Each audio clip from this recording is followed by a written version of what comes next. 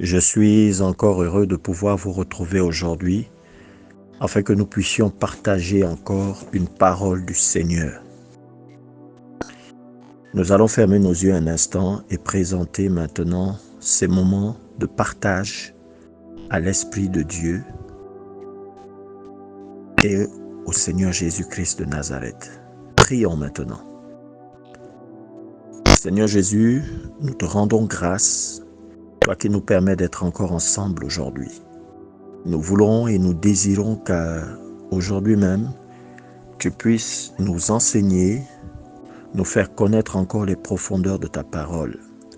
Nous voulons que tu sois au contrôle de ces moments, Saint-Esprit, et que par ton inspiration, tu nous donnes de pouvoir saisir et comprendre la profondeur même de ta manifestation.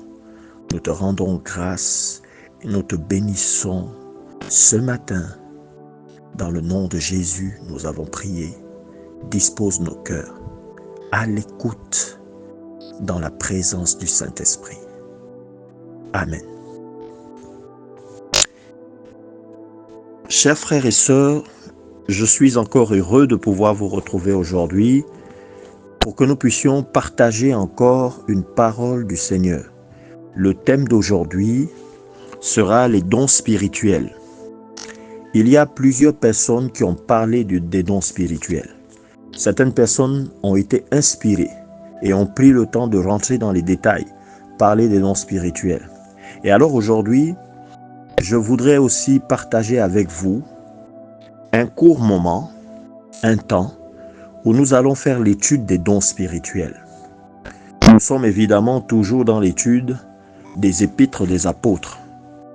Donc, sans plus tarder, nous allons partir dans la parole de Dieu.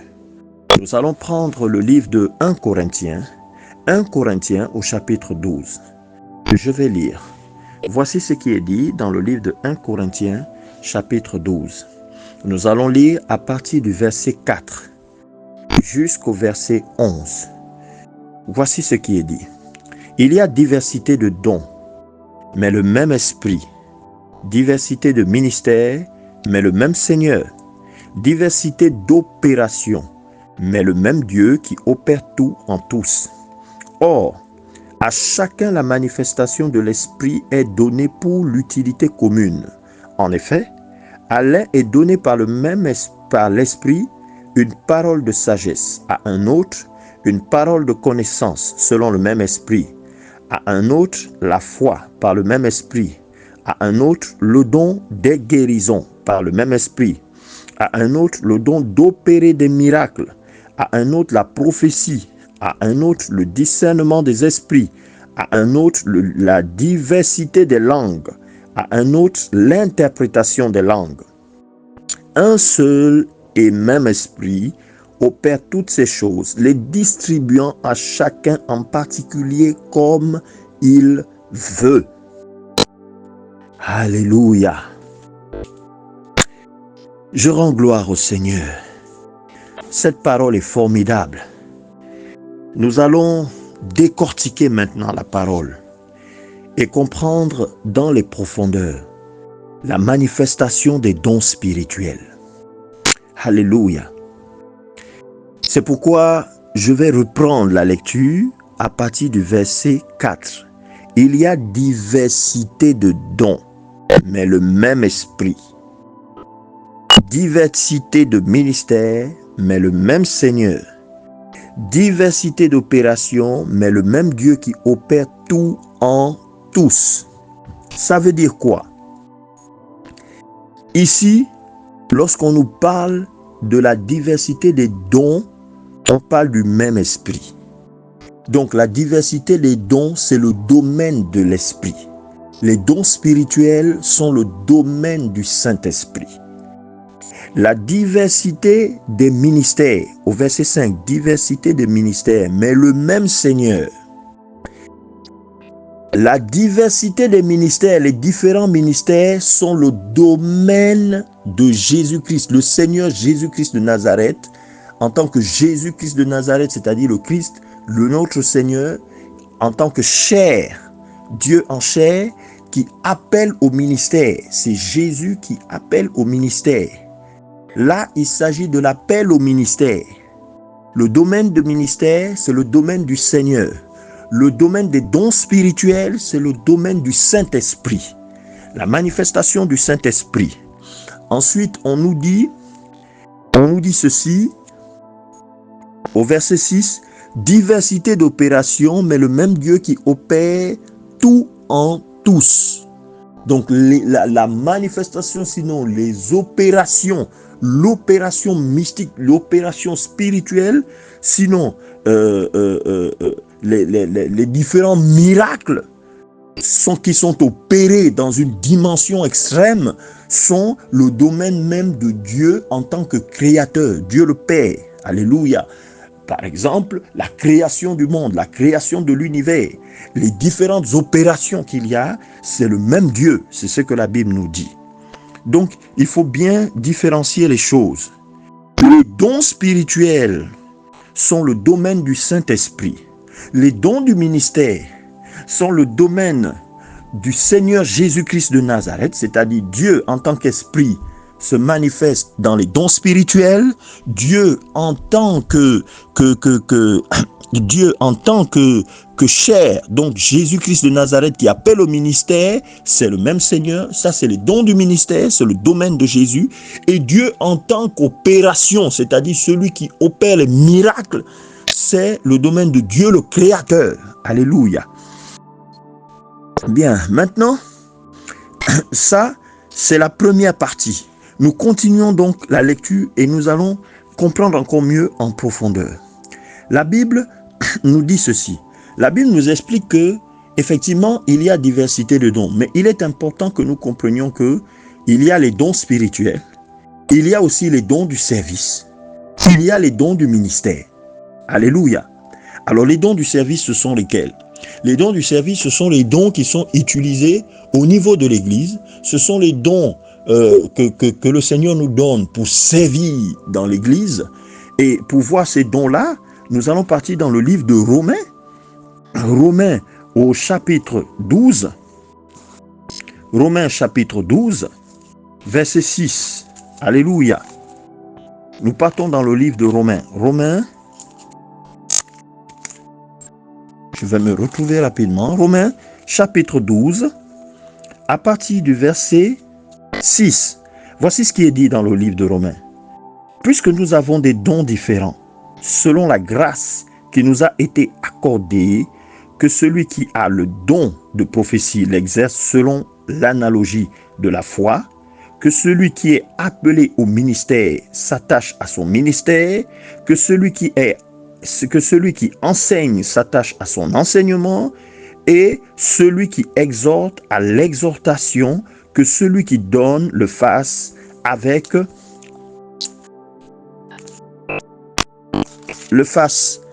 libéralité, que celui qui préside le fasse avec zèle, que celui qui pratique la miséricorde le fasse avec joie. Alléluia. Que la charité, verset 9, que la charité soit sans hypocrisie, ayez le mal en horreur, attachez-vous fortement au bien. Bien, alléluia. Ici donc, on nous montre les dons du service. Donc, ce sont des dons que Dieu donne pour le service dans l'Église. Alléluia. C'est des dons que nous avons. Il y en a par exemple dans l'Église qui ont un don en particulier. Ils ont le don de la libéralité. Ça peut arriver, ce sont des dons.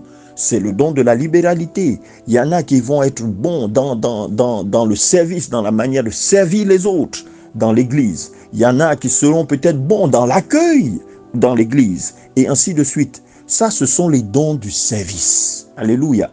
C'est pour le service de l'Église. Et parmi ces dons-là, vous verrez que, comme il s'agit de l'Église, il y a certains dons qui font partie des dons spirituels qui sont utilisés très régulièrement dans les églises. Par exemple, le don de la prophétie revient très souvent dans l'église. Nous avons aussi, par exemple, ceux qui ont les ministères, ils exercent très souvent dans l'église. Donc on dit que c'est le service qu'ils font dans l'église. Toutes ces choses-là, tous ces dons-là nous les retrouvons. Il y a certains dons spirituels qui peuvent être aussi utilisés dans les dons du service. Ça, ce sont des dons qui se manifestent au niveau du service. Maintenant, nous avons les dons du ministère. Vous voyez, c'est différent. Nous avons les dons spirituels, nous avons les dons du service et nous avons les dons du ministère. Et les dons du ministère, nous allons les voir ici pour bien faire la différence. Les dons du ministère, nous les retrouvons dans le livre de Éphésiens. Éphésiens, à partir du chapitre 4 d'Éphésiens. Éphésiens, chapitre 4. Alléluia. Chapitre 4, à partir du verset 11. Voici ce qui est dit. Et il a donné les uns comme apôtres. Vérifiez avec moi, ça c'est le premier ministère. Il a donné les uns comme apôtres, les autres comme prophètes, les autres comme évangélistes, les autres comme pasteurs et docteurs, pour le perfectionnement des saints en vue de l'œuvre du ministère et de l'édification du corps de Christ. Donc les dons du ministère sont différents des dons spirituels. Les dons spirituels, c'est la manifestation du Saint-Esprit à travers des croyants. Et les dons du ministère, c'est l'appel au ministère. Dieu donne ce don à des personnes en particulier. Et les dons du ministère, il n'y en a que 5. Il ne faut pas confondre. Il y a 5 dons du ministère. Et moi, je les ai appelés les 5 doigts de la main, qui font que la main soit puissante, l'union. Vous avez le premier don, dont j'ai cité tout à l'heure, dont on a lu tout à l'heure, le don des apôtres, qui est le pouce. Vous avez le prophète, qui est l'index. Alléluia. Vous avez l'évangéliste, c'est le doigt le plus long. Alléluia. Vous avez le pasteur, qui est le doigt de l'alliance. Alléluia. Et puis vous avez le docteur, qui est le doigt le plus petit, donc la discrétion. Alléluia. Donc, ces 5 dons-là, la Bible est claire, la Bible nous dit, ces dons-là, du ministère-là, sont là pour le perfectionnement des saints. C'est-à-dire que ceux qui ont ce don-là, leur travail, c'est d'amener l'Église à se perfectionner. Alléluia. Donc, à ne pas confondre. Nous allons bien voir et nous allons rentrer dans les profondeurs. Aujourd'hui, nous faisons un enseignement autour des dons spirituels. Donc, je voudrais vraiment éclairer chacun d'entre nous. Nous avons donc les dons du ministère, c'est-à-dire les dons qui sont liés à l'appel au ministère. Nous avons les dons spirituels qui sont les dons du Saint-Esprit, la manifestation du Saint-Esprit à travers le croyant. Nous avons les dons de service qui sont les dons que Dieu donne pour le service dans l'Église. Alléluia. Donc, vous voyez que ces 3 dons-là sont différents. Alléluia. Et souvent, les gens prêtent à confusion avec ces différents dons. Nous allons comprendre pourquoi tout à l'heure. Souvent, ça peut prêter à confusion. Alléluia. Maintenant, il faudrait que chacun comprenne que, en dehors de ces dons qui concernent l'œuvre de Dieu, chaque individu, le Seigneur peut faire la grâce à chacun d'avoir ce qu'on appelle les talents. C'est différent. Jésus-Christ de Nazareth en a fait une parabole. Vous connaissez la parabole des talents. Le chef qui était parti et qui avait donné des talents à chacun d'entre eux et qui avait demandé, qui était revenu et à son retour, elle avait demandé ce que chacun avait fait avec ses talents. Alléluia. Il y en a qui ont pris les talents, ils ont multiplié. Et il y en a un qui avait décidé, lui, de ne pas utiliser. Il a dit, comme je sais que tu es un maître qui ne blague pas et ainsi de suite, j'ai préféré ne pas prendre de risques. Donc j'ai gardé ça comme tu me l'as donné. Et le chef a été très très en colère. Et donc lui a dit que puisque tu sais que moi je suis ceci, j'aime quand on produit, tu l'as pas fait. Enfin bref, chacun connaît l'histoire et chacun connaît un peu quelle est la sanction qui est venue après. Ça, ce sont des talents. Les talents sont différents des dons spirituels. C'est vrai que ça fait partie des dons, mais ça ne fait pas partie de la catégorie là. Les talents, ce sont des choses que nous recevons. C'est inné. C'est quelque chose que Dieu nous donne. Nous avons des talents personnels, chacun dans différents domaines. Alléluia. Et ce sont ces talents que nous devons utiliser pour multiplier, que ce soit sur le plan financier et ainsi de suite. Même si Dieu donne des dons là-dedans. Alléluia. Donc, à ne pas confondre. Ici, nous parlons des dons spirituels. Donc, nous retenons qu'il y a donc 3 catégories de dons spirituels. 3 catégories de dons, autant pour moi. Il y a des dons spirituels, il y a les dons du ministère et il y a les dons du service. Alléluia. Et les 3 sont différents. Il y en a un où on retrouve certains qui se retrouvent à l'intérieur. Ce sont les dons du service parce qu'il s'agit de l'Église. Là, on retrouve certains autres dons qui viennent se greffer là-dedans. Alléluia. Mais ce qui va faire l'objet de notre étude, l'objet de notre enseignement aujourd'hui, ce sont les dons spirituels. Alléluia. Et les dons spirituels sont le domaine du Saint-Esprit. Alléluia. Eh bien, dans ces dons spirituels, le nombre des dons spirituels s'élève à 9. Nous avons 9 dons spirituels. Et nous l'avons lu tout à l'heure dans le livre de 1 Corinthiens, le chapitre 12, à partir du verset 4 jusqu'au verset 11. On nous a dit qu'effectivement, il y en a 9. Alléluia. Il y en a 9. Et nous allons relire ces 9 dons dont il est question ici dans le livre de 1 Corinthiens, chapitre 12. Alléluia. Je vais les lire. Nous partons dans le livre de 1 Corinthiens, le chapitre 12. Voici ce qui est dit ici. Verset 7, à partir du verset 7. Or, à chacun la manifestation de l'Esprit est donnée pour l'utilité commune. En effet, à l'un est donné par l'Esprit une parole de sagesse, à un autre une parole de connaissance, selon le même Esprit, à un autre la foi, par le même Esprit, à un autre le don des guérisons, par le même Esprit. Retenez qu'on ne dit pas le don de guérison, mais le don des guérisons. C'est un don de plusieurs différentes guérisons. Alléluia. À un autre, le don d'opérer des miracles. À un autre, la prophétie. À un autre, le discernement des esprits. À un autre, la diversité des langues. À un autre, l'interprétation des langues. Un seul et même esprit opère toutes ces choses, les distribuant à chacun en particulier comme il veut. Donc, on retient qu'il y a 9 dons. Il y a 9 dons de l'esprit, les 9 dons spirituels.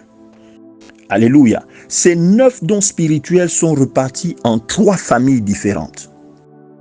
Dans la première famille, vous aurez les dons d'inspiration. Il y en a 3 dons d'inspiration. Les 3 premiers dons d'inspiration sont la diversité des langues, l'interprétation des langues et la prophétie. Dans la deuxième catégorie, la deuxième famille, vous avez le don. La deuxième famille, ce sont les dons de révélation. Parce que c'est par révélation qu'on a ces dons-là. Alléluia. L'Esprit vous les donne par révélation, sous la révélation. Alléluia. Nous avons donc la parole de sagesse. Alléluia. La parole de connaissance. Alléluia. Et le discernement des esprits. Ceux-là font partie de la famille des dons de révélation. Ensuite, on a les dons de puissance. Ici, c'est la manifestation de la puissance de l'esprit qui se déclenche. Vous avez le premier don de puissance, qui est le don de la foi. C'est le don de foi. Vous avez la foi, qui est le déclencheur. Ensuite, vous avez le don des guérisons. Et pour finir, vous avez le don d'opération de miracle. Ça, c'est dans la troisième famille, qui est la famille des dons de puissance. Tout cela est distribué par le Saint-Esprit lui-même. Le Saint-Esprit le distribue à chaque croyant comme il veut et selon sa volonté. Mais il ne le fait pas par hasard. La Bible nous explique que c'est pour l'utilité commune que le Saint-Esprit distribue ses dons. Alléluia. Dans le livre de 1 Corinthiens, le chapitre 14, au verset 12, il est dit: De même,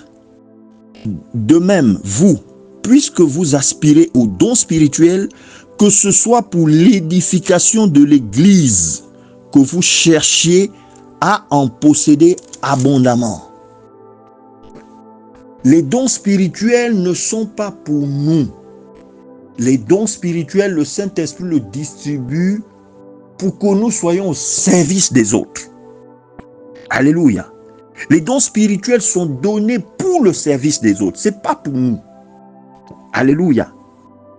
Donc, le Saint-Esprit distribue les dons spirituels à chacun comme il veut. Et il y en a 9 dons. On a 9 dons spirituels. Nous avons cité les différentes catégories de dons et les différentes familles de dons. Nous avons dit qu'il y a 3 familles de dons. Il y avait les dons d'inspiration, les dons de révélation et les dons de puissance. Donc, ces 3 familles de dons-là sont disposées comme ça pour l'utilité commune, pour l'Église. Premièrement, alléluia. Et le Saint-Esprit donne à chacun de ses enfants, donc des croyants, les dons comme il veut.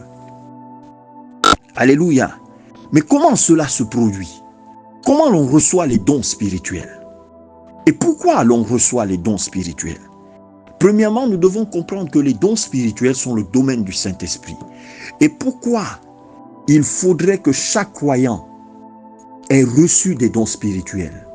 Parce que les dons spirituels sont la première marque du baptême du Saint-Esprit. Lorsque vous avez été baptisé du Saint-Esprit, vous êtes baptisé, vous reconnaissez le baptême parce qu'il y a manifestation de l'un de ces dons-là. J'ai bien dit l'un de ces dons-là.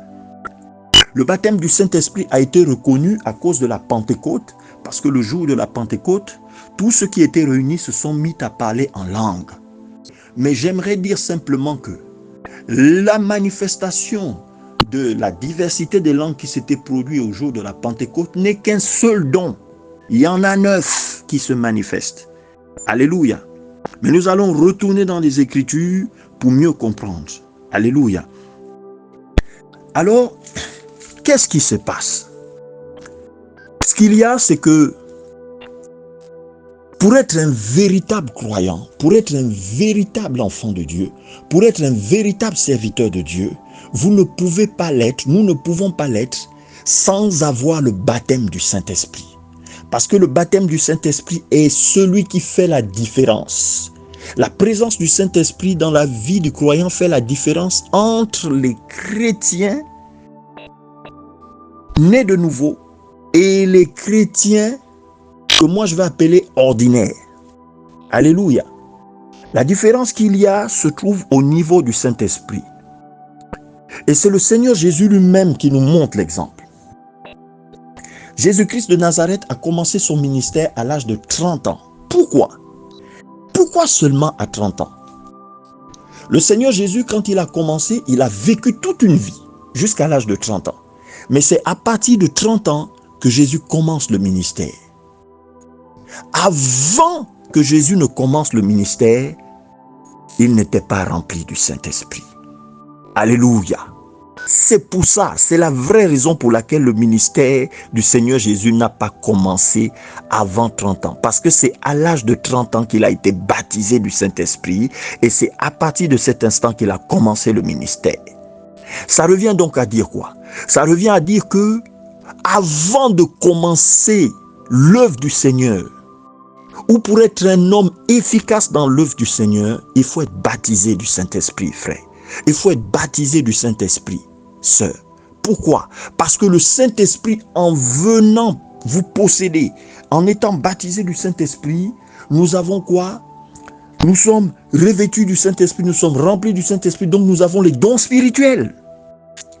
Et les dons spirituels sont la manifestation physique du surnaturel du royaume des cieux.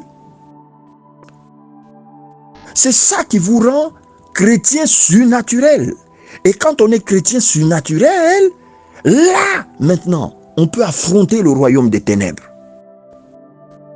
On quitte du chrétien simplement moralisateur, le chrétien qui fonctionne avec la logique humaine, au chrétien qui comprend les mystères surnaturels.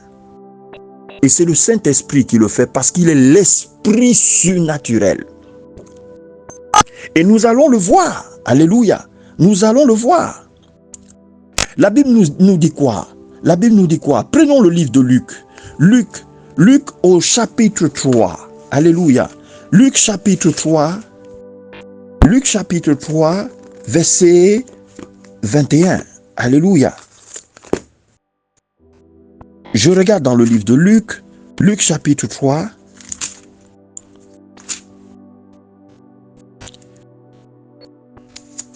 Alléluia. Luc chapitre 3, verset 21. Voici ce que dit la parole de Dieu dans le livre de Luc, chapitre 3, verset 21. Tout le peuple se faisait baptiser.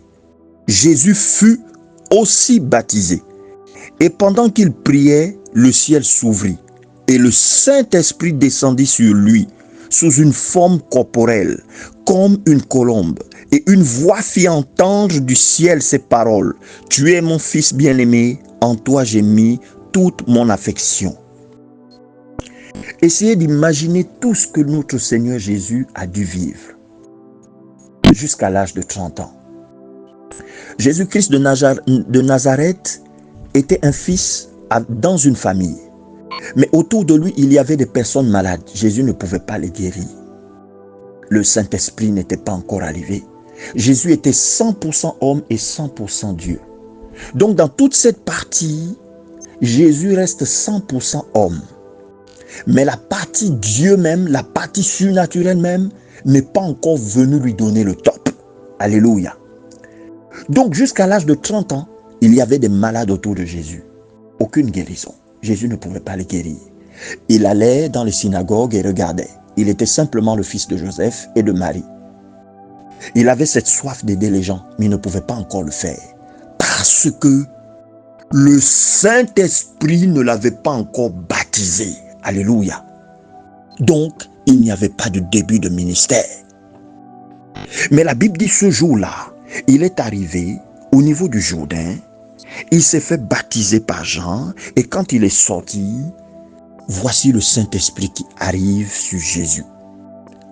Le Saint-Esprit va venir baptiser Jésus. Jésus va être baptisé du Saint-Esprit. Alléluia.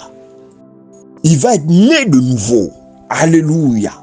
Le Saint-Esprit donc tombe sur Jésus sous forme de colombe. Et qu'est-ce qui se passe?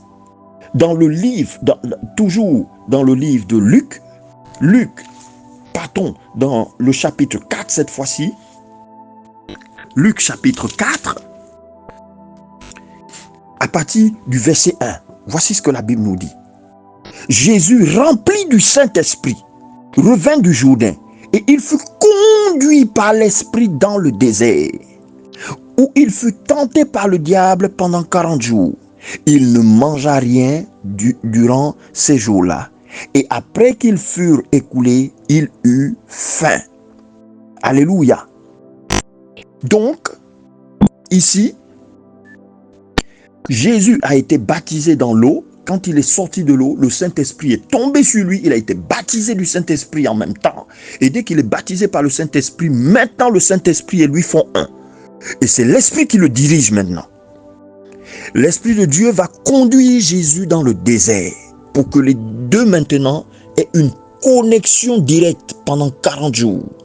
Et cette connexion va se faire sous la tentation de Satan vis-à-vis de Jésus. Donc Jésus va être connecté à l'esprit et ensuite il va être tenté par le diable et il sera tellement connecté à l'esprit qu'il va résister au diable. Alléluia. Vous voyez, Jésus a changé de dimension. Cette fois, il est rentré dans la dimension spirituelle à cause du baptême du Saint-Esprit qui est venu se poser sur lui. Et donc, Jésus étant baptisé du Saint-Esprit, les dons spirituels sont installés sur Jésus maintenant. Jésus a les dons de l'Esprit maintenant. Les réflexes de Jésus ne sont plus les mêmes. Il sait maintenant comment résister au diable. Alléluia. Parce qu'il a été baptisé du Saint-Esprit, parce qu'il a cet aspect surnaturel. Il a cet aspect qui lui permet d'être connecté au royaume des cieux. Il a cet aspect qui lui permet d'être connecté au spirituel, au surnaturel. Tant que vous n'êtes pas baptisé du Saint-Esprit, vous êtes charnel, vous êtes simplement un homme charnel. Vous avez la parole de Dieu, nous avons la parole de Dieu, nous la lisons. Mais la venue du baptême du Saint-Esprit, c'est la communion directe avec l'Esprit. La chose ne peut plus être pareille. La dimension n'est plus la même. Et la manière de résister à Satan n'est plus la même. La manière d'appréhender les choses ne sont plus les mêmes. Alléluia. Et c'est ce qui s'est passé pour Jésus ce jour-là. Donc la Bible nous dit que Jésus est parti dans le désert poussé par l'Esprit. Jésus n'est pas allé rentrer dans le jeûne parce qu'il l'avait programmé. Alléluia. Il est rentré dans ce jeûne-là poussé par l'Esprit duquel il avait été baptisé. Lorsque nous sommes baptisés du Saint-Esprit, nos faits et gestes sont maintenant conduits par l'Esprit. Et il y a moins de chances que nous nous fassions mal. Alléluia. Tout ce que nous faisons est donc dirigé par l'Esprit. Et c'est l'Esprit qui nous conduit. Et nous le ressentons parce que maintenant nous avons les dons spirituels avec nous. Alléluia. Et Jésus a donc été conduit dans le désert par l'Esprit. Et Jésus a eu la capacité de résister à Satan et à ses tentations parce qu'il était devenu un homme surnaturel. Alléluia. Il était 100% homme et 100% Dieu maintenant. Alléluia. Mais la Bible ne s'arrête pas là. Continuons un peu la lecture. Toujours le chapitre 4, à partir du verset 14. Qu'est-ce que la Bible nous dit? La Bible nous dit ceci. Jésus, revêtu de la puissance de l'Esprit. Regardez, maintenant Jésus revêt la puissance de l'Esprit. Au début, on nous disait que Jésus était rempli du Saint-Esprit lorsqu'il a été baptisé du Saint-Esprit et qu'ensuite, maintenant, Jésus a été revêtu de la puissance du Saint-Esprit. Regardez, et maintenant, c'est Jésus revêtu de la puissance de l'Esprit, retourna en Galilée, commence le ministère. Va maintenant parler du royaume des cieux. Retourna en Galilée, et sa renommée se répandit dans tout le pays d'alentour. Il enseignait dans les synagogues et il était glorifié par tous. Alléluia. Le même Jésus qui avait vécu là pendant 30 ans au milieu d'eux. Le même Jésus qui marchait et qui se déplaçait. C'est pourquoi vous voyez, la Bible nous explique que dans un passage de la parole que les gens disaient, n'est-ce pas le fils de Joseph? N'est-ce pas le fils de Marie? C'est pas lui qui a grandi ici au milieu de nous? Mais pourquoi? Qu'est-ce qui s'est passé? Alléluia. Cette fois-ci, Jésus est baptisé du Saint-Esprit. Regardez, le Saint-Esprit baptise Jésus. Le Saint-Esprit amène Jésus dans le jeûne.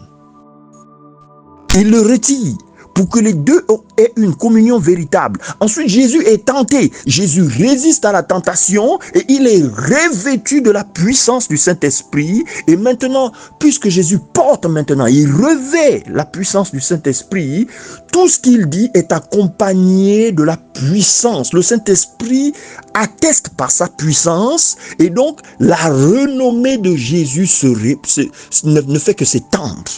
Alléluia. À cause du baptême du Saint-Esprit. Et donc, ce qui caractérise le Saint-Esprit, ce sont les dons spirituels. Il y en a 9. Alléluia. Les 9 dons spirituels étaient sur Jésus. Et lorsque nous sommes baptisés du Saint-Esprit, alors nous avons l'un de ces 9 dons spirituels-là, sinon les différentes manifestations des 9 dons spirituels. Alléluia. Même Jésus a eu besoin d'être baptisé du Saint-Esprit. C'est pour cela que Jésus s'est adressé aux apôtres en leur disant ceci. D'accord, je suis resté avec vous, d'accord. D'accord, nous sommes restés ensemble, mais je m'en vais.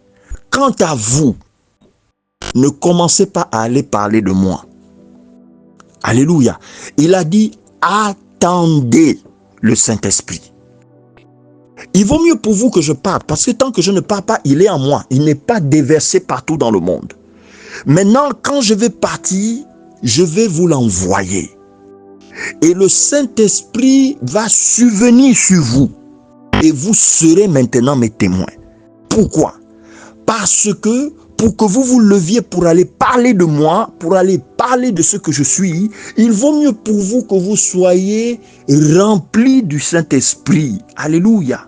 Jésus savait qu'il fallait que les disciples soient d'abord baptisés du Saint-Esprit et qu'ensuite ils aillent, parce que les dons spirituels devaient se manifester à travers eux, parce qu'ils devaient être conduits par l'Esprit. Et c'est pour cela qu'il leur avait demandé d'attendre l'arrivée du Saint-Esprit.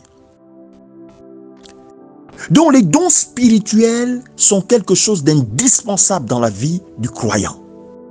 Les dons spirituels, aucune personne ne peut être véritablement croyant s'il n'a pas les dons spirituels. C'est pour ça que vous voyez que beaucoup de chrétiens ont des problèmes. Et les gens n'y croient même pas. Parce que les gens lisent la Bible, ils voient des choses qui sont dites dans la Bible. Il y a des manifestations dont on parle. Vous venez parler, même vous-même qui êtes chrétien, vous lisez la Bible, vous voyez que c'est extraordinaire. Mais il y en a même, eux-mêmes, ils doutent. Parce que quand ils regardent, ils se disent, dans ma vie, c'est pas ça. Je ne vois rien. C'est vrai, c'est dit là, mais c'est pas pareil que ce que je vis. Alléluia. Et puis après, chacun veut s'adapter. Non, frère. C'est comme ça parce que simplement, il n'y a pas une véritable relation. Il n'y a pas du baptême du Saint-Esprit. Quand on est baptisé du Saint-Esprit, on devient une autre créature. On devient quelqu'un d'autre. Parce que les dons spirituels se manifestent à travers nous. Maintenant, ces dons-là doivent être entretenus. Alléluia. Et ces dons-là augmente en fonction de ce que nous faisons et de ce que nous sommes. Alléluia. Eh bien, nous allons parler maintenant de ces dons spirituels. Nous allons rentrer maintenant dans les détails et nous allons parler de ces dons spirituels. Il y en a 9. Alléluia. Il y a 9 dons spirituels. Les dons spirituels, c'est ceux qui font la différence entre les chrétiens morts et les chrétiens vivants. Entre les croyants morts et les croyants vivants. Alléluia. Il y a des personnes qui ont reçu le don du baptême du Saint-Esprit. Ils ont été baptisés du Saint-Esprit, mais parce qu'ils n'ont pas été enseignés dans les détails, la flamme s'est éteinte. Et aujourd'hui, ils sont chrétiens, mais ils sont chrétiens morts. Il y en a d'autres qui n'ont jamais reçu le baptême du Saint-Esprit, mais qui ont cru qu'ils l'avaient reçu. Alléluia. Et nous allons mieux voir les choses. Partons maintenant dans le livre de... Nous allons partir dans le livre de... Alléluia. De 1 Corinthiens. 1 Corinthiens, le chapitre 14, pour parler de la première famille des dons spirituels, qui est la famille des dons d'inspiration. Alléluia.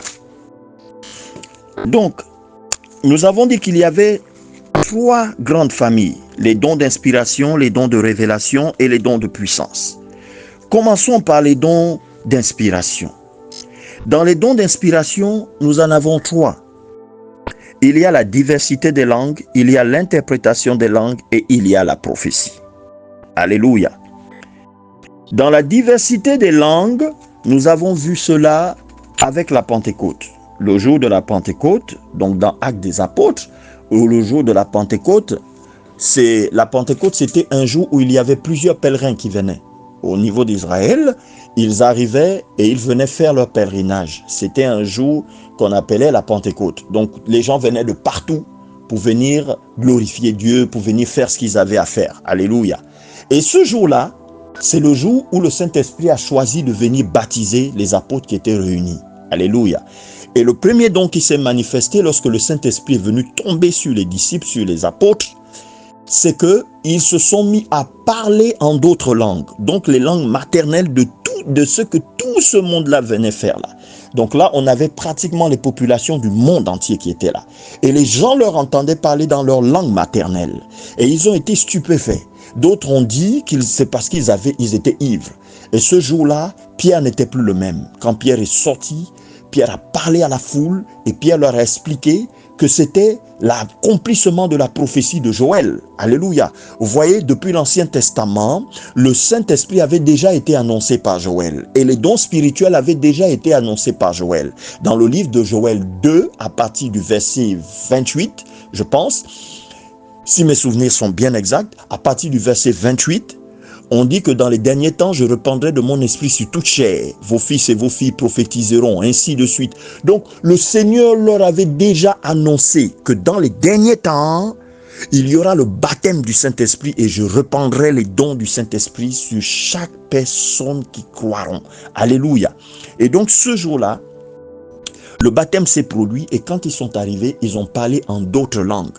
Et depuis cet instant, dans toutes les églises du monde jusqu'à aujourd'hui, on reconnaît le baptême du Saint-Esprit par le parler en langue. Alléluia. Mais il faut qu'on enseigne dans les détails et que chacun comprenne.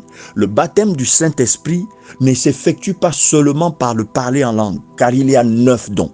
Et les 9 dons, si quelqu'un manifeste l'un des 9 dons, il est baptisé du Saint-Esprit. Mais celui qui est le plus courant, parce que c'est un don d'inspiration, c'est celui de la diversité des langues. Et donc, il faut comprendre, nous partons ici dans le livre de 1 Corinthiens. Nous allons parler des dons d'inspiration. Alléluia. Et donc, je reviens en disant que dans les dons d'inspiration, il y a 3 dons en particulier. Il y a la diversité des langues, il y a l'interprétation des langues et il y a la prophétie. Alléluia. Alors, au niveau de la diversité des langues, nous l'avons vu, vous lirez le livre pour la diversité des langues de Acte 2, Acte chapitre 2, à partir du verset 3 jusqu'au verset 6. Là, il s'agit clairement du jour de la Pentecôte. Il y a eu diverses langues qui ont été faites. Donc, ensuite, je prends le livre de 1 Corinthiens, chapitre 14, pour rentrer proprement dit dans le domaine de parler en langue. 1 Corinthiens, le chapitre 14. 1 Corinthiens, chapitre 14. J'y suis, alléluia. Merci Seigneur. La Bible dit ceci, à partir du verset 2. 1 Corinthiens, chapitre 14, verset 2. En effet, celui qui parle en langue ne parle pas aux hommes, mais à Dieu, car personne ne le comprend. Et c'est en esprit qu'il dit des mystères. Alléluia. Le parler en langue, la Bible dit ici que quand nous parlons en langue, nous ne parlons pas aux hommes, mais nous parlons en esprit. C'est à Dieu que nous parlons et nous disons des mystères. Le don du parler en langue, sinon de la diversité des langues, consiste à parler directement avec Dieu en esprit. Alléluia. Et nous allons comprendre encore, quand nous partons dans le livre de Galates, si vous prenez Galates le chapitre 4, alléluia, Galates chapitre 4, Galates 4, à partir du verset 6, voici ce qui est dit. Et parce que vous êtes fils, Dieu a envoyé dans nos cœurs l'esprit de son Fils, lequel crie Abba Père. Ainsi tu n'es plus esclave, mais fils, et si tu es fils, tu es aussi héritier par la grâce de Dieu. Vous voyez, lequel crie Abba Père. Vous avez remarqué que certaines personnes, quand elles sont baptisées du Saint-Esprit et qu'elles ont le don de parler en langue, de la diversité des langues, elles commencent toujours par le Abba. Vous allez les entendre dire Abba, Abba, Abba, toujours. Le Abba signifie Père. Et la Bible en parle dans ce passage. Dans le livre de Galates 4, à partir du verset 6, on en parle. Il parle du Abba Père. Alléluia. Bien, j'aimerais m'arrêter ici pour cette première partie. Nous allons continuer car les dons spirituels, sont assez longs à traiter. Donc nous allons continuer et nous allons rentrer dans les dons d'inspiration. Les dons d'inspiration qui sont la diversité des langues, l'interprétation des langues et la prophétie. Dans la partie 2 de cet enseignement, nous rentrerons proprement dit dans cet enseignement des dons d'inspiration. Alléluia. Que Dieu vous bénisse et que le Seigneur vous garde. Nous allons continuer l'enseignement. Soyez bénis dans le nom de Jésus.